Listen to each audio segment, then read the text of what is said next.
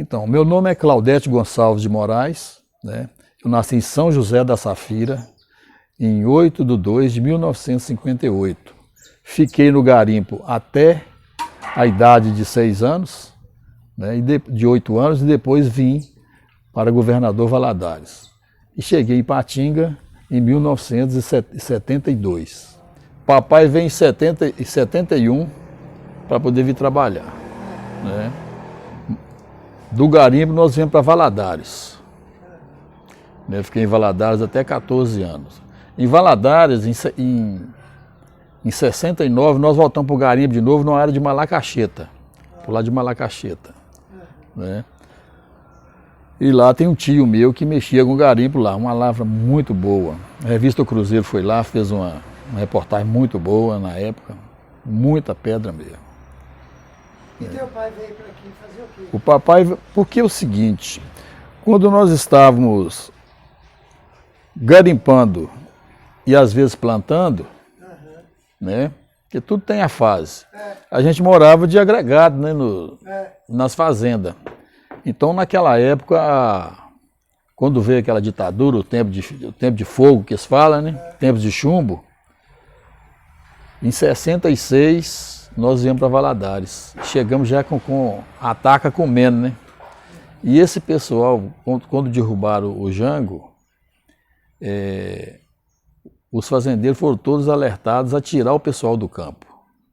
Eles falavam que o Jango ia fazer uma reforma agrária, ia tomar terra de todo mundo, né? Aí jogou nós, que era pobre, tudo pro relento. Né? Ó, dá o jeito de vocês aí. Aí veio um tio meu primeiro, que era mais esclarecido, depois trouxe a família toda para Valadares, né? E ficamos lá, morando em 2 cômodos. A favelização do Brasil aumentou demais naquela época. Demais, mas demais mesmo. Né? E viemos para Valadares com 3 filhos, né? Eu, Carlos, meu irmão e Mário José. Chegamos, Mário José ainda era pequeno ainda. Zé Carlos não era nem adolescente direito. E eu já tinha 66, eu sou de 58. Então eu já tinha 8 anos. Né? E Valadares foi uma luta, rapaz. Muita miséria, muita gente passando fome, que as entidades espíritas ajudavam demais, entendeu? As igrejas também tudo ajudava. Aí fomos rompendo, mamãe trabalhando de lavadeira e papai trabalhando de laranjeiro, né? Vendendo laranja no mercado. Aí um primo nosso, a vinda para Ipatinga se deu que um primo nosso foi lá e viu a condição nossa lá, casa sem energia, sem nada. Aí fez a proposta para o pai para trazer ele para cá. Aí nesse inteirinho, ele veio e ficou 1 ano e ajeitou Ipatinga, eu considero Ipatinga a terra das oportunidades e o Eldorado do trabalho. Né? Acho que se nós não tivéssemos vindo para cá, todos nós tínhamos virado vagabundo lá talvez não estava nem vivo, lá em Valadares. Aí viemos para cá e o papai trabalhando e tal. Nasceu 2 em Valadares e nasceu mais 2 filhos aqui, né? E ele sozinho para trabalhar. E mamãe lavando roupa, né? Inclusive ela cruzou muito aquela estrada das lavadeiras ali para poder levar roupa para os funcionários da usina lá no Horto, né? Que moravam lá naqueles alojamentos do Horto. E assim foi. Aí 14 anos aqui, entrei no Polivalente, fomos ajeitando as coisas, 18 anos fiz teste na usina, entrei, já deu uma alicerçada boa na família, um pouquinho de estudo a mais, né? Então a gente vai ajeitando a cabeça, né? Já passava para um aluguelzinho melhor, né? E na década de 90, papai conseguiu sair do aluguel. Trabalhava na Martins e Klein, chegava todo sujo de concreto, fazendo 24 horas para dar conta de um punhado de boca, né? Foi bem duro, mas hoje nós estamos sentados na glória e graças a Deus. Papai fez a Páscoa dele no mês passado, faleceu com 89 anos, mas deixou todo mundo estabilizado, morando na sua casa, ninguém paga aluguel, nós não sabemos, depois viemos para Ipatinga, ninguém sabe o que é desemprego, né? Só não trabalha em Ipatinga quem não quer mesmo. É isso. Então, eu sou natural aqui do Vale do Rio Doce mesmo, né? Nasci em São José da Safira, Meu pai chama Altino Gonçalves da Silva, minha mãe é Efigênia da Silva Porto. Né? Nós somos 8 irmãos, né? Tivemos um irmão falecido, primeiro eu, depois José Carlos, Maria José, Arildo, Haroldo e Argileu, Maria Regina e Toninho. Né? Toninho mora na Serra hoje. Né? E nós viemos parar aqui, como contei, né? Cheguei aqui em Ipatinga no ano de 72, né? 22 de abril de 72, e coincidentemente, na mesma data que eu vim para cá, né? Aqui é hoje minha esposa, que é Dalva, também chegou da roça para cá. Ela é natural do município de Inhapim, município de Bom Jesus do Rio Preto, um lugarejozinho lá com muitas cachoeiras, né? E nós nos conhecemos através de grupo de jovens, né? E acabamos casando, né? E estamos juntos até hoje. Tenho 2 filhas, Mona Lisa nasceu em 81, Tainá em 83, né? Mona Lisa mora aqui no Bom Jardim mesmo, trabalha no Cefet, e Tainá cursou o curso de Direito na Unimontes, conheceu o Fabrício, que é o marido dela lá, e hoje moram lá em Cruz das Almas, na Bahia, né? Próximo à cidade de Feira de Santana. São João, muito bom lá. Quem quiser ir, vai que vai gostar. Né? Tem 3 netos, 2 homens, né? Samuel e Pedro, e Clarice, que é a minha primeira neta, filha de Mona Lisa. Mona Lisa é bibliotecária, arquivista do Cefet, né? Formou na Universidade Federal, né? E Tainá fez o curso de Direito, mas resolveu também fazer Psicologia. E hoje ela atua na área. Né? E assim foram essas conquistas, todas nós fizemos aqui. Como eu contei no princípio da nossa conversa, essa evolução veio, né? Os pais da gente com pouca leitura, mas o caráter muito grande, né? Encaminhou todos nós, né? Para honestidade, querem ser melhor que ninguém não, mas encaminhou nós para um caminho assim, de luz mesmo, né? Tanto o pai como a mãe na questão do caráter. Né? E isso foi moldando a gente até nós chegarmos aqui em Ipatinga, né? E aí alguns irmãos estudam e tal, já começa. A educação é muito importante, já vai dando esse suporte, né? Para que a gente ganhe o mundo, né? Eu cheguei a estudar no Polivalente, estudei até com o Alano, mas não conseguia acompanhar a turma, porque já tinha que sair para trabalhar, né? Devido às questões familiares. Né? Mas já dali com 18 anos entrei para a usina, porque tinha que ajudar o pai a bancar a casa também, né? E os outros irmãos também todos trabalhando, e todos trabalham até hoje, e é isso. Quando chegamos aqui, moramos em casa de 2 cômodos, como a maioria das pessoas aqui em Ipatinga, né? Quando nós chegamos aqui, conhecemos aquela estrutura infeliz ali da Rua do Buraco, né? Muito sofrimento, e nós fomos direto para o Bom Jardim, que também era outro sofrimento, sem transporte, sem rede de esgoto, sem nada. Chegamos para poder desbravar mesmo. Verminose quase comia nós tudo. Era muito complicado naquela época. Saneamento básico era 0 praticamente. E hoje vivemos nessa cidade aqui maravilhosa, né? Meus irmãos, 2 trabalharam na usina, tem sobrinhos na usina, e a estrutura veio a partir disso aqui. Né? Em 76, em 75, eu conheci Dalva, né? Que é a minha esposa. E ali, como falei, em grupo de jovens, né? Aí a gente começou o namoro e tal. Ela estudava no colégio, eu saí do Polivalente e nós fomos estudar no Getúlio Vargas, lá no Novo Cruzeiro. Ia a pé para Vila Ipanema todo dia, sempre aqueles encontros de finais de semana, e a gente sempre flertando um com o outro, até que resolvemos fazer uma ligazinha. Né? Aí deu tudo certo, a gente casou em 79, né? E estamos juntos até hoje. Dalva hoje ela trabalha na Superintendência Regional de Ensino, em Coronel Fabriciano, como analista de educação, né? E tá nessa luta dela com a educação aí, porque a educação é luta o tempo todo, né? E hoje está muito difícil. Já era antigamente. Hoje tem muita condição e às vezes a galera não quer estudar, né? Eu, em termos de escola, voltando a falar no termo de escola, eu fiz até a 7ª série no Polivalente. E parei, fui para Getúlio Vargas, tal. Aí começou turno brabo para poder estudar, né? Aí veio esse advento do Enem. Aí eu fui não, né? Me obrigaram aí, minhas meninas todas acadêmicas, né?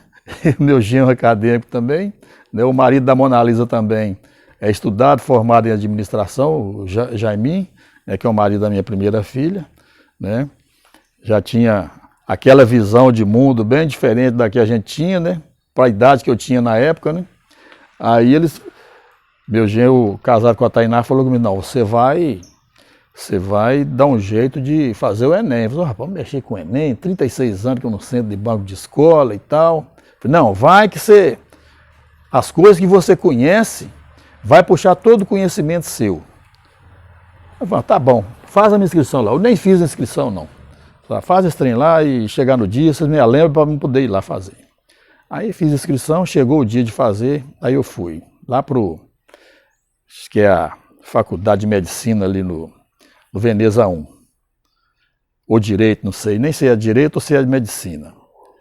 Aí cheguei lá e desanimado, aí minha menina falou assim, ó, a redação do senhor, o senhor vai ter que ter um mínimo de 15 linhas e o máximo de 30. Não inventa muito. Entendeu? Eu falei, tá bom. E toda a vida eu fui bom de redação. Mas eu não sabia que eu era tão bom, não. Modéstia à parte, eu não sabia que eu era tão bom, não, entendeu? Aí fiz lá, e o tema era um tema muito fresco, que na época que eu fiz, caiu sobre a imigração para o Brasil, passando pelo Peru, entrando pela Bolívia e saindo aqui em Rondônia. Então o assunto estava muito fresco, né? Haitianos, bolivianos, pessoal da América Central, todo vindo por ali. E eu, como eu me informo muito, vejo bons programas, bons documentários, aí sentei o ferro. As outras matérias todas eu dei uma chutada boa, né? Mas geografia, história e a redação, rapaz, aí meu genro estava curioso e tal. Fui lá ver os resultados e tal, vamos ver os resultados. Falou comigo, será que já saiu? Eu falei, já, pode ficar tranquilo, já saiu. E sabe essas manhas tudo, né, que trabalham no meio da educação. Aí falou comigo, vamos lá olhar. Eu falei, nossa senhora, eu caí o queixo aqui agora. Eu não quis lá nem ver, não. Ah, olha esse trem, depois você me fala. Eu caí até o queixo aqui agora. Eu falei, mas por que, Fabrício? Você tirou 920 na redação, rapaz. Então essa nota azul vai dar para você passar num punhado de lugar. Qual curso você quer fazer? Eu tenho vontade de fazer agronomia. Ele foi me escrevendo em tal lugar, tudo dava para passar, mas tudo longe, né? Aí eu falei, não, eu vou mexer com medicina e veterinária, não deixa esse trem para lá. Esse trem tem muita matemática, eu não sou muito bom de matemática, então vamos deixar assim. Aí ele pegou e falou, não, vamos escrever você aqui perto aqui. Aí ele achou um curso na área de meio ambiente aqui em Valadares e me inscreveu lá. Minha nota deu corte para a segunda colocação, no vespertinho na tarde. Aí eu fui para Valadares, fiquei lá uns dias, mas aqui, as coisas de Patinga que começou a embolar muito aqui, os meios de campo, as coisas que eu mexia, igreja, a Dalva fazendo a especialização dela, eu estava tendo que sair demais para poder estudar, e eu tinha que tomar conta das questões minhas aqui, das casas de inquilino e tal, né? Aí peguei e vim embora. Mas a diretora do curso lá, ficou chateada demais comigo. Rapaz, você tem que ficar aqui. Me chamou na reitoria, conversou comigo. Você tem que ficar aqui, rapaz. Eu preciso demais de você aqui. Você precisa de mim aqui por quê? Um velho de 53 anos. Eu falei, não. Porque aqui é o seguinte, você está no meio de uma turma só de juvenis. Turma toda de jovens, né? E esse cabelo branco do senhor vai fazer você tomar uma vergonhazinha, né? Falei, você vai estar vindo aqui, não é à toa, não, deixa nós deitar o cabelo. Mas eu só fiquei 15 dias lá. E perdi um curso de engenharia ambiental para poder assinar projetos, entendeu? Se eu tivesse continuado hoje, estaria até melhor situação, né? Mas eu não sinto por causa disso, porque fiz coisas até melhores do que ficar lá, né? Porque dinheiro é bom, né? Mas não é tudo. As notícias que chegavam sobre Ipatinga lá em Valadares, né? Falava assim, quando alguém de lá vinha para cá, falava, fulano foi para Usiminas. Nós achávamos que a cidade era Usiminas, entendeu? Tanto é que ainda tem essa marca até hoje. Eu vou em Ipatinga, né? Eu vou em Ipatinga. Você já está em Ipatinga, né? Ah, fulano foi para Usiminas. Eles lá entendem assim, que a cidade chama Usiminas. E foi muito tempo para poder tirar isso. E a Cesita ainda continua com isso até hoje. Fulano mora em Acesita, né? Lá eles continuam com essa nomenclatura ainda. Aqui em Ipatinga não, já acabou isso. E o que nos trouxe para cá foi a necessidade do trabalho mesmo, né? Que o papai não tinha especialização nenhuma no seu garimpo. Começou como servente na Martins e Klein, que era uma grande empreiteira da época, da área de concretagem, né? E fazendo a Cearia 2 e vários outros movimentos aí. Papai trabalhou na construção do Márcio Cunha, né? E a vida lá em Valadares estava muito difícil. A gente tinha que caçar lugar para ir mesmo, não tinha jeito. Entendeu? E a marginalidade estava crescendo demais, falta de emprego, muita gente fez o êxodo rural, todo mundo veio para a cidade, inchou a cidade, sem condição nenhuma de ninguém morar, aluguel caro, né? E geralmente a lei é da selva, a lei da cidade é a lei da selva, o pobre mal se valia das igrejas, cesta básica, isso aí. Aí esse primo nosso chamou a gente para cá, um primo de papai, né? Morava na Vila Ipanema, já estava bem estabilizado, nos visitou e trouxe a gente para cá. Chamava até José Batista, né? Primo primeiro de papai. E aí nós viemos para cá e fomos ajeitando aos poucos, igual eu já contei a história para frente aí. E vocês vieram primeiro para a Rua do Buraco? Não, nós viemos direto para o Bom Jardim. Direto para o Bom Jardim, né? Você lembra, assim, com quantos anos você veio para cá? 14 anos. Então você tem alguma lembrança assim, de como é que era Ipatinga daquela época?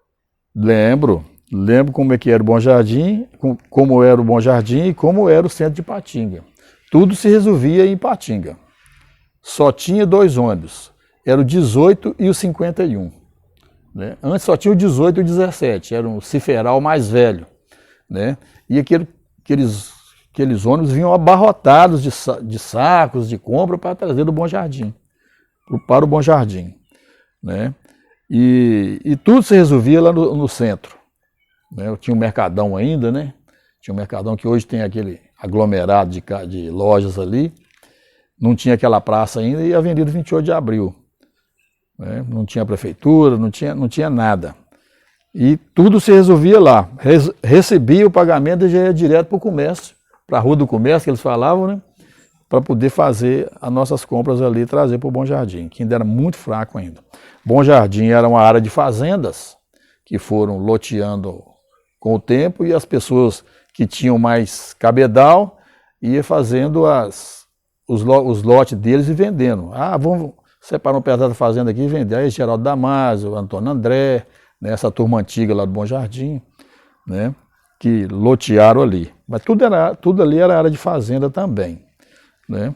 E, como eu falei, chegamos numa época que não tinha saneamento básico e ainda estava muito recente aquela questão do massacre aqui ainda, né, que foi em 63, o pessoal andava com muito medo, a polícia muito rigorosa, tinha que ser mesmo, porque tinha muito forasteiro, né? Além de nós, todo mundo aqui é forasteiro, né? Todo mundo aqui é migrante. Então nós temos que respeitar muito as pessoas que vêm para cá. E nós fomos migrantes um dia e hoje ainda tem muita gente migrando para cá. A gente tem que ter muito respeito com esse povo que migra, né?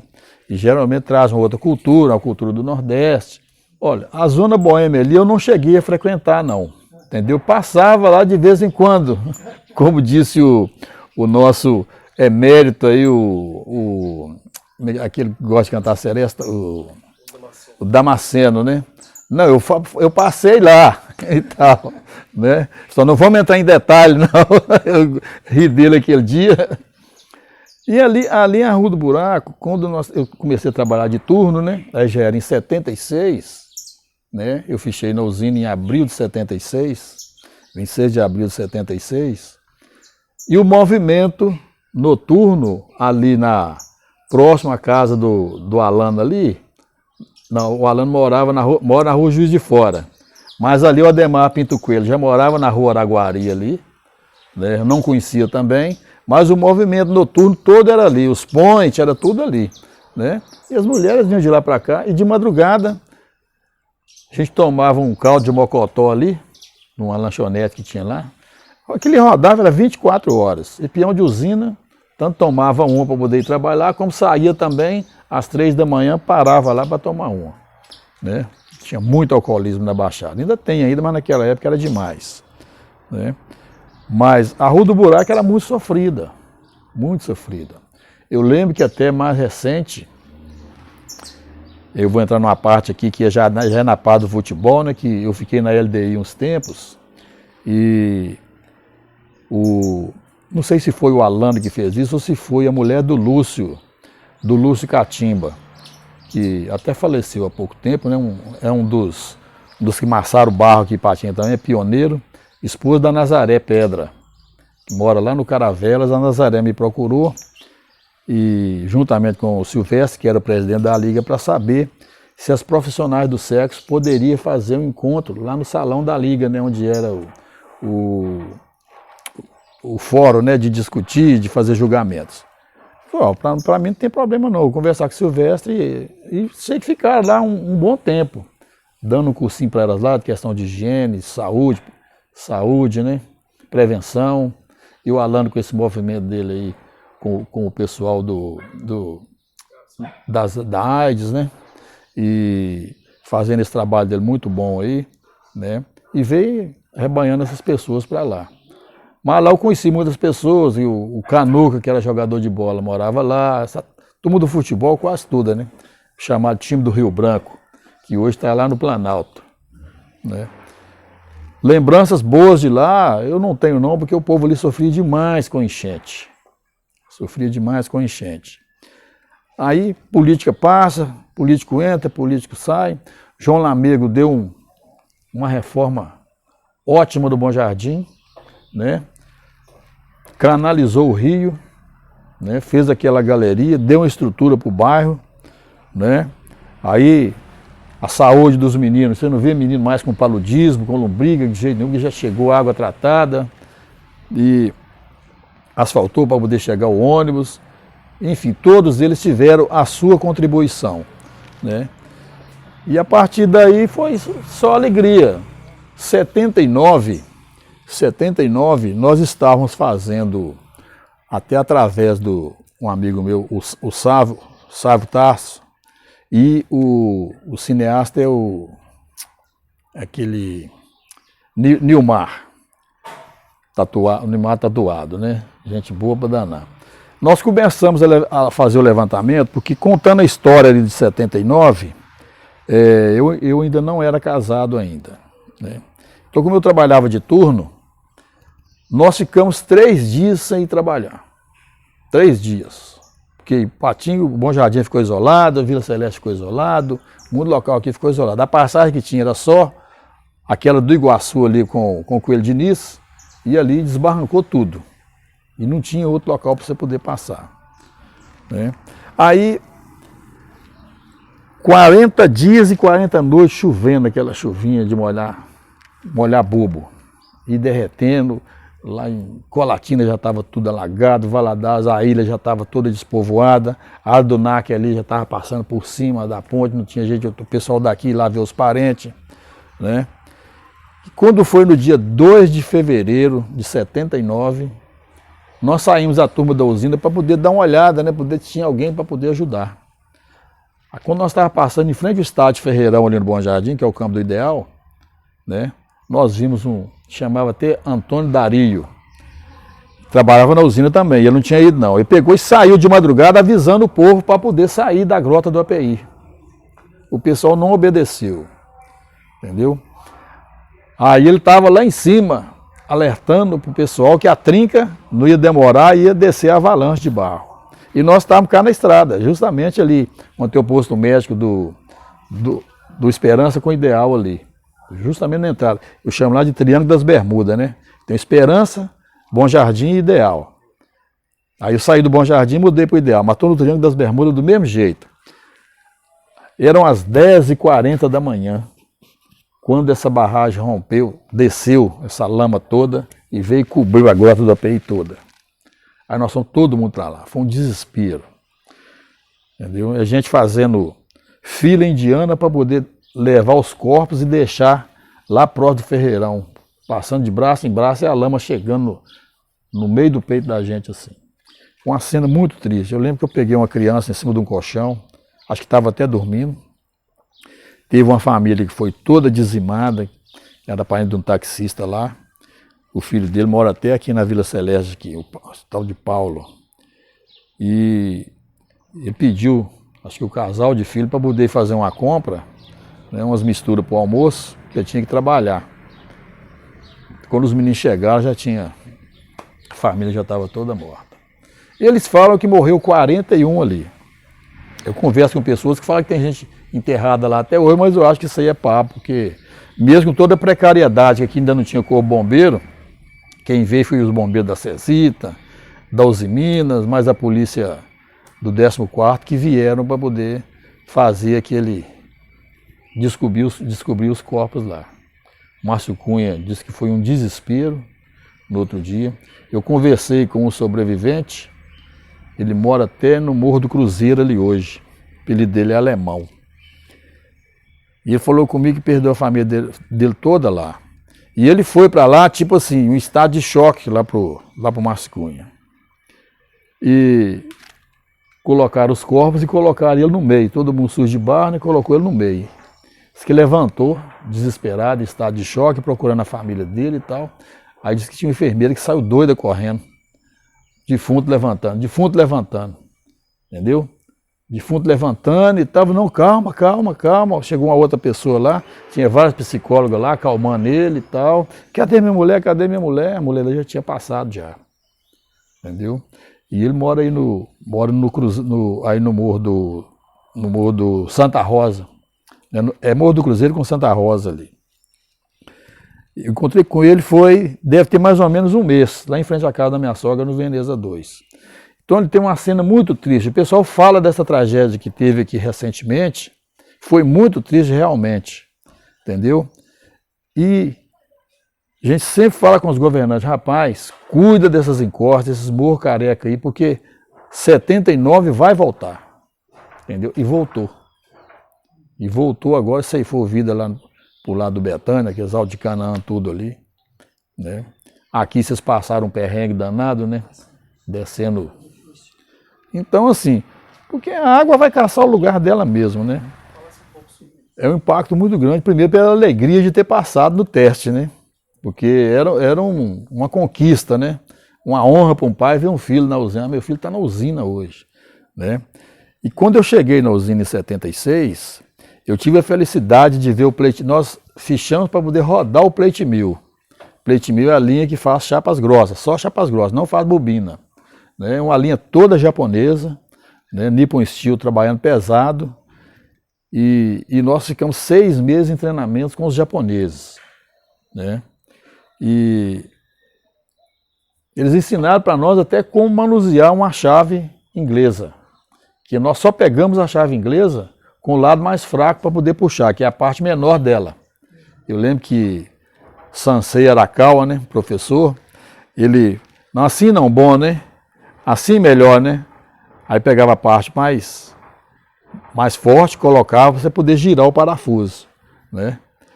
Aí nós só pegava errado. Não, assim não, bom, batia até na mão da gente. E foi adestrando a gente ali para nós rodar a linha.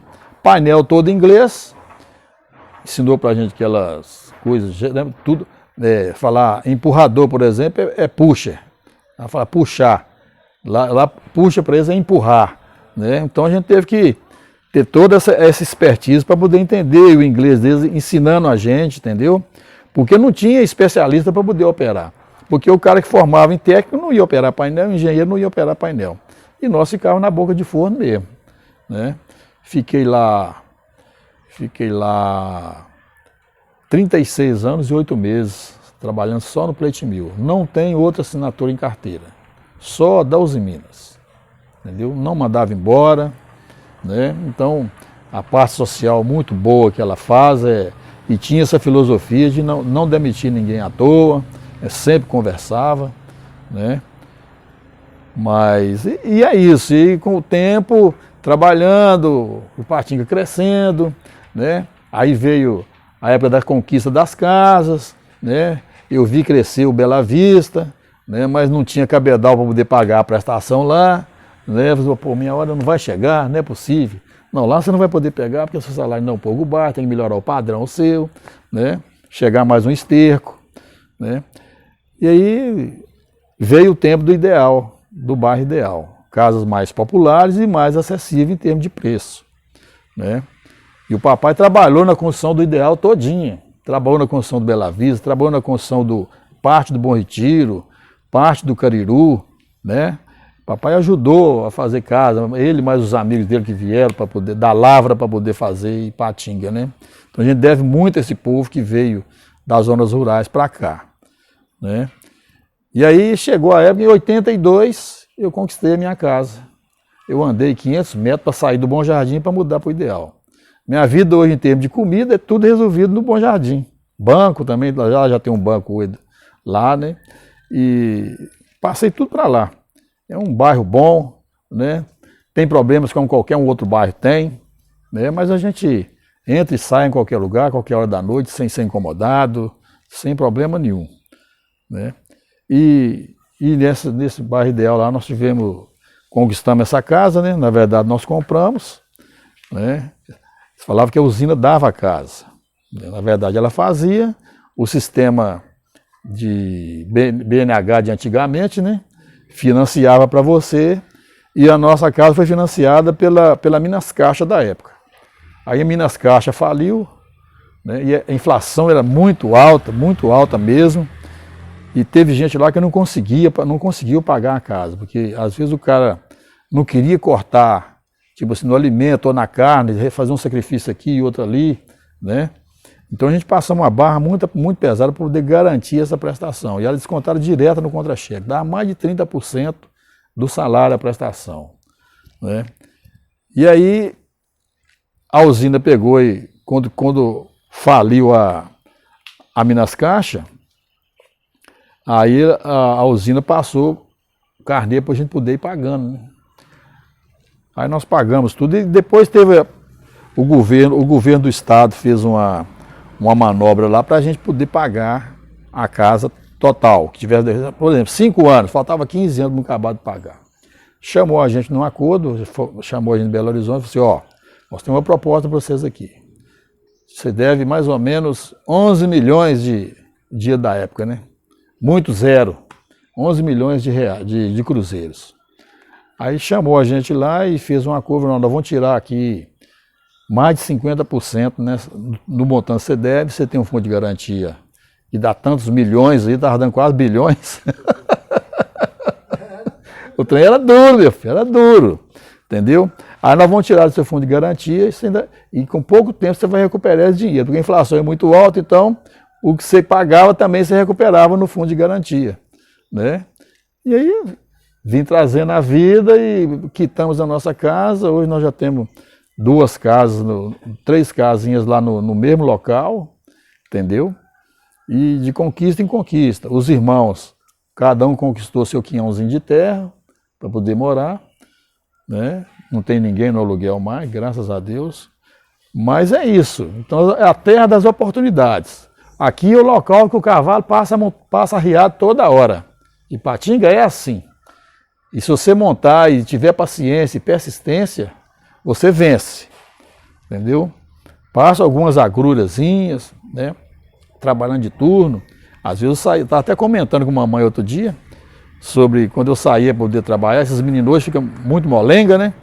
A gente saía para trabalhar, Natal e Ano Novo, eram as datas que feria o peão ficava chateado para danar, né? Às vezes ele passava e via os terraços tudo cheio de gente, soltando foguetes, estourando champanhe. Aí eles gritavam, lá vai, né, peão? Não sabe fichar? Né? Não, eu chego lá ainda, pode ficar tranquilo. Né? Levava na boa, né? E assim a gente levava. Mas tem uns que não aguentavam. né?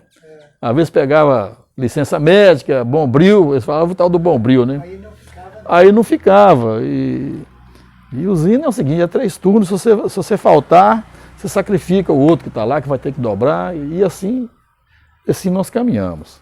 Como que era uma saída minha aqui de Ipatinga para ir visitar uma outra cidade e tal, né? Eu lembro que uma das minhas primeiras viagens foi para ir a São Paulo, né, visitar meus parentes lá, né? Aí falar que morava aqui em Ipatinga, nossa, está em Ipatinga, os Minas está lá, né? E o cartão de visita era os Minas, né? Chegar na Bahia, por exemplo, Bahia adora mineiro, né? Claro, né? Nós somos uma fonte de riqueza, nós somos uma pedra preciosa para eles, né? Veio das Minas, chegou pedra preciosa para nós aí, né?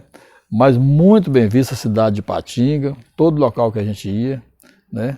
Era só alegria, só elogios, né? Principalmente a comida da região aqui, né? Tem muito boas cozinheiras e várias influências também, muitos restaurantes aqui, né?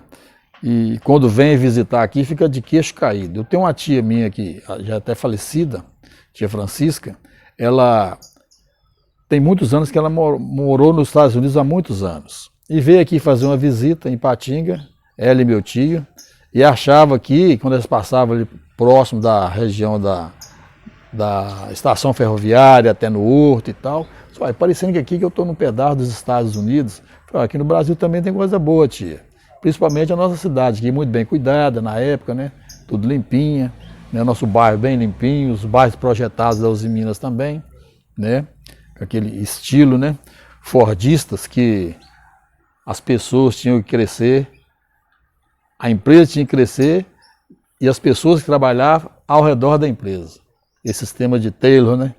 Que para poder fazer essa questão da interação da população trabalhadora com a empresa, todo mundo perto, todo mundo junto, né? Isso, ela ficou encantada com isso, né?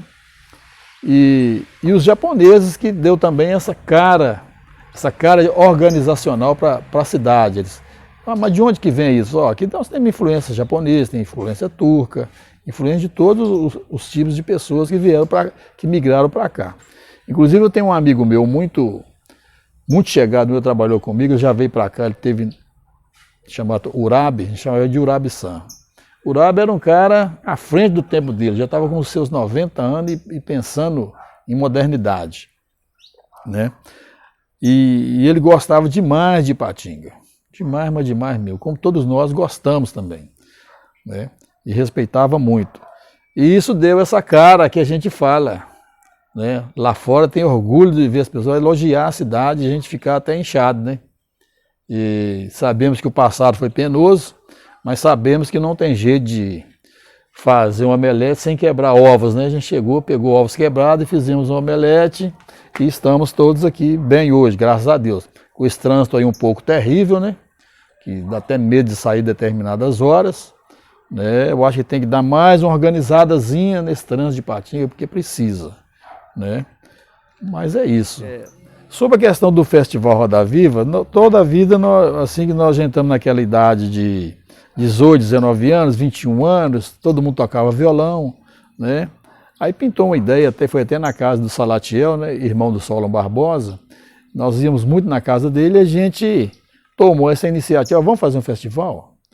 Aí pusemos na cabeça isso e tal, e nós tínhamos um camarada que era o pensador do grupo, que era o Oswaldo Ares Lozada, falecido, né, professor de história, muito bom, né, muito organizado, né, e começou a elaborar, porque eu não tenho muito essa prática do elaborar, não tenho muita paciência por elaborar, não. O meu negócio é suar a camisa e correr atrás, né? E eu falei, não, nós vamos fazer assim, assim. Aí minha esposa entrou junto também, né? Os primeiros pessoas que participaram, né, foi Salatiel Barbosa, Solon Barbosa, Oswaldo Ares Lozada, eu, né? E Dalva, minha esposa, né, que corria atrás, fazia o corre atrás de pegar os comerciais para poder custear a premiação, né? E a prefeitura através da Cristina Tarça, que nós fizemos uma visita para ela, batemos um papo primeiro com ela, tomamos um café e tal. Ela falou, não, eu vou conversar com o Jamil e ele vai entrar ajudando o festival de vocês lá, né? Aí foi uma conquista boa, apesar de um pouco de má vontade de alguém, não ele, mas de alguém que não queria ver ninguém. Ah, Bom Jardim, o que vai fazer movimento cultural no Bom Jardim? Como se nós não fosse gente. Falou, não, você vai bancar sim, né? Aí fizemos o primeiro, com muito custo. O que movimentava o futebol, que a gente fazia sem dinheiro, muita dificuldade. A cultura aqui sempre teve que lutar, e naquela época muito mais.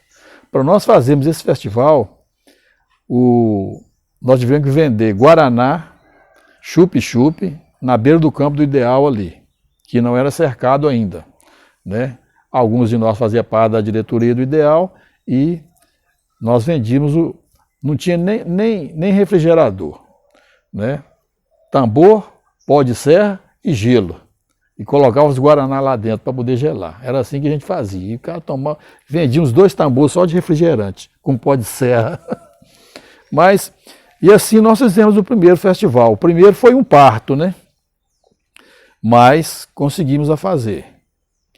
E ficamos 8 anos, né? Ficamos 8 anos na direção lá, né? As referências, né, no caso, era eu, Dalva e Vadim, com a parte da mente, né? Dalva com a parte comercial, né? E os outros com parte de composição, ajudando a organizar a questão das inscrições. E assim nós caminhamos 8 anos, né?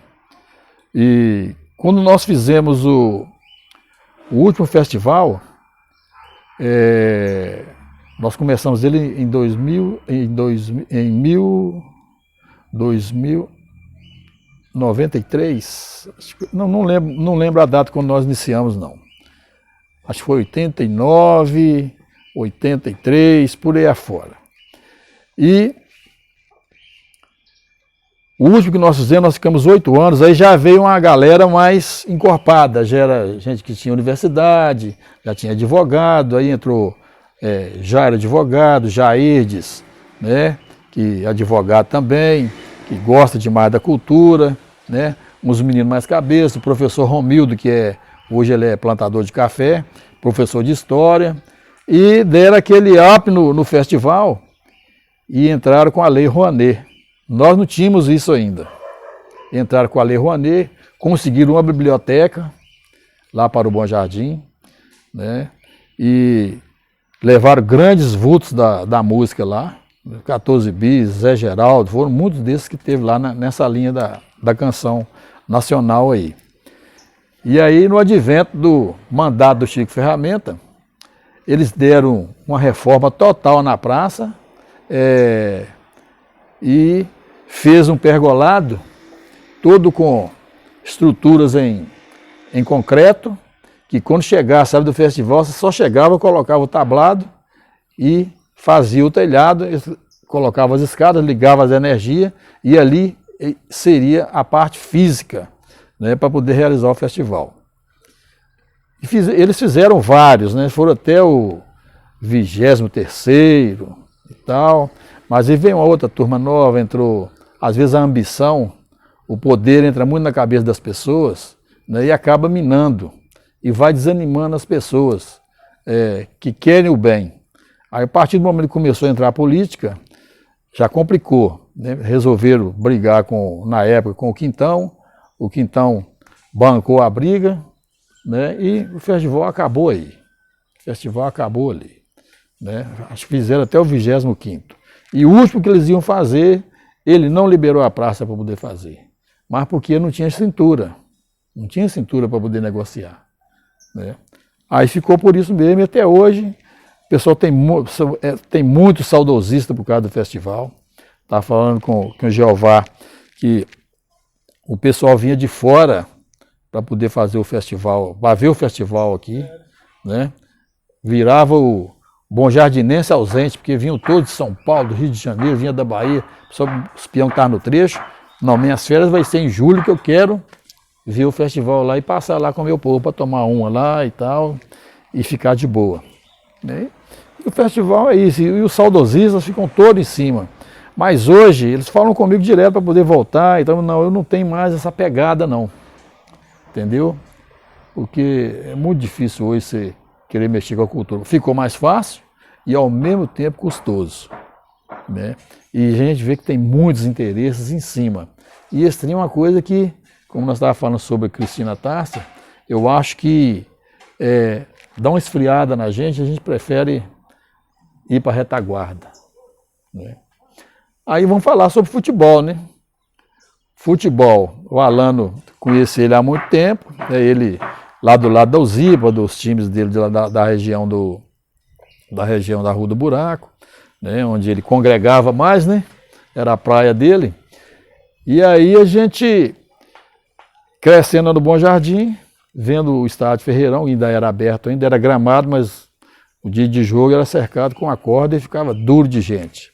Eles falavam que quando ia jogar lá, o cara comia o churrasquinho e ficava com o espeto na lateral, espetando as costas do lateral. Eles falavam que o Bom Jardim é um símbolo de índio, muito pejorativo por sinal, porque o índio não tem nada a ver com isso, né? Até muito educado o povo índio, que esse bando de índio e tal, e o Vadinho não vai ser índio mesmo, nosso vai ser o índio, nosso mascote e pronto. Né? Então ficou com essa pecha aí. Aí depois, no tempo do Jamil mesmo, tempo do Jamil, através do falecido Milton Manuel, que era vereador, né, fez o estádio Ferreirão lá para nós, né, o Ideal foi campeão várias vezes lá, hoje está aquele estádio bonito lá, hoje tem beach tênis, né, tem um pessoal com a outra cabeça lá de empreender, né, está muito bom, muito bem conservado. O pessoal fala, tem que chegar e tomar o Ideal de novo, devolver para o povo. Isso não existe mais não. O que manda hoje é rede social e esse tipo de coisa que o povo gosta. É beach tênis, futebol de areia, vôlei de praia. Então tem tudo isso lá. Faz um baile todo final de semana, tem um cantor lá cantando. Né? Eu nem vou não, porque o sono chega muito cedo e eles começam muito tarde. Aí eu prefiro ficar mais na minha, mas estão com um trabalho muito bom lá.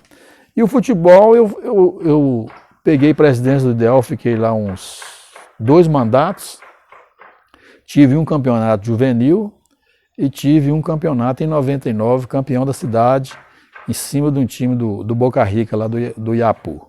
Né? Foi uma época muito boa, a gente tem alguns dissabores, mas o futebol te dá um leque muito grande de amizades, entendeu? Muito bom mesmo. Né? E conserva essas boas amizades até hoje. Muito conhecimento, todo mundo te conhece. O cara fala seu nome assim, mas quem é essa pessoa, gente? Fica até com vergonha. E aí, tudo bem? Cumprimenta ali, mas não arrisca falar o nome. Pergunta, você está deselegante, mas você é qual? Quem é você? Aí o cara fala, porra, não está me conhecendo, não, está me tirando. Né? Então eu prefiro, né, esquecer o nome.